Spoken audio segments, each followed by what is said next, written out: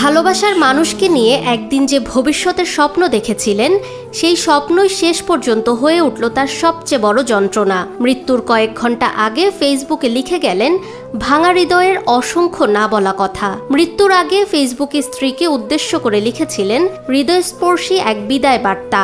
সেই পোস্টের কয়েক ঘন্টা পরই পৃথিবী থেকে বিদায় নেন তিনি। মাত্র ২১ বছর বয়সে জীবনের সব লড়াই থামিয়ে না ফেরার দেশে পাড়ি জমালেন বাংলাদেশ পুলিশের কনস্টেবল সাইদুল ইসলাম।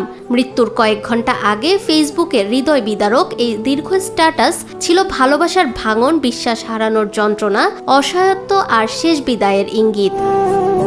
বৃহস্পতিবার রাত 11:30টায় ডেমরা পুলিশ লাইন্সের একটি ২০তলা ভবনের ৯ম তলার নিজ কক্ষে গলায় ফাঁস দেওয়া অবস্থায় তাকে উদ্ধার করেন সহকর্মীরা। প্রথমে স্থানীয় একটি হাসপাতালে এবং পরে উন্নত চিকিৎসার জন্য ঢাকা মেডিকেল কলেজ হাসপাতালে নেওয়া হলে চিকিৎসক তাকে মৃত ঘোষণা করেন।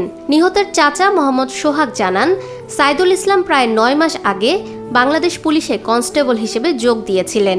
মৃত্যুর প্রায় ১৬ ঘন্টা আগে নিজের ফেসবুক আইডিতে স্ত্রীকে নিয়ে পুরনো কিছু ছবি সংযুক্ত করে একটি ভিডিও পোস্ট করেন সাইদুল। দীর্ঘ সেই লেখার প্রতিটি লাইনে ফুটে উঠেছে ভেঙে যাওয়া একটি সম্পর্কের গভীর ক্ষত, ভালোবাসা হারানোর বেদনা এবং অসহনীয় মানসিক যন্ত্রণা। সেই পোস্টের একটি অংশে তিনি লেখেন, হারিয়ে ফেলতে চাইনি বলে আমাদের সম্পর্কের নাম দিয়েছিলাম স্বামী স্ত্রী।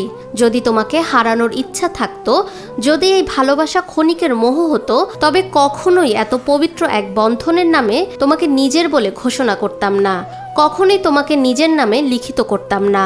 আমার কাছে এই সম্পর্ক কোনো সাময়িক অনুভূতি নয়, এটি আজীবনের অঙ্গীকার, বিশ্বস্ততা আর একে অপরের পাশে থাকার শপথ ছিল। কিন্তু তুমি সব শেষ করে দিলে। যাও, ভালো থেকো। যতটুকু দূরত্ব নিয়ে চলে গেলে তার থেকেও দ্বিগুণ দূরত্ব নিয়ে আমি হারিয়ে গেলাম। সুখে থাকো, এটাই কামনা।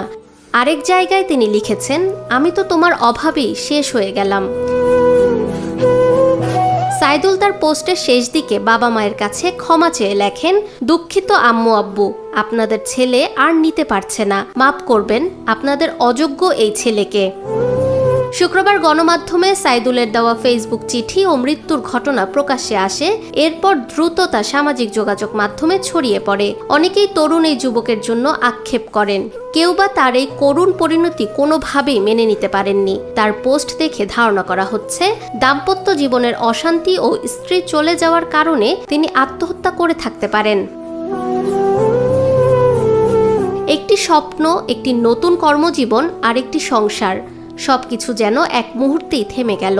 সাইদুল ইসলামের মৃত্যু শুধু একটি পরিবারের নয়, সহকর্মী ও স্বজনদের কাছেও গভীর বেদনার নাম হয়ে রইল। ফাহমিদা বিনতে আনোয়ার, নিরপেক্ষ।